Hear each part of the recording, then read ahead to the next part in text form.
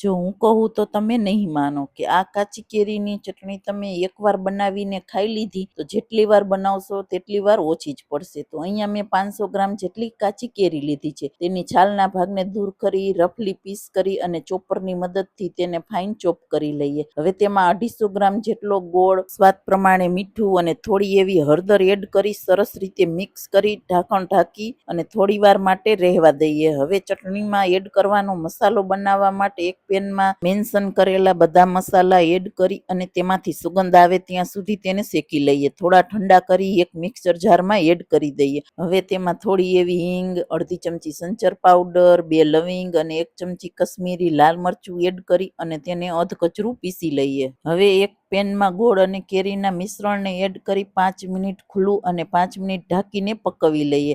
આ રીતનું સરસ ઘાટું થઈ જાય એટલે 2 ચમચી જેટલો મસાલો એડ કરી અને સરસ રીતે મિક્સ કરી લઈએ. તો તૈયાર છે કાચી કેરીની ચટણી. તો હવે થોડી ઠંડી થાય એટલે એરટાઈટ ડબ્બામાં પેક કરી તમે તેને 6 મહિના સુધી સ્ટોર કરી શકો છો.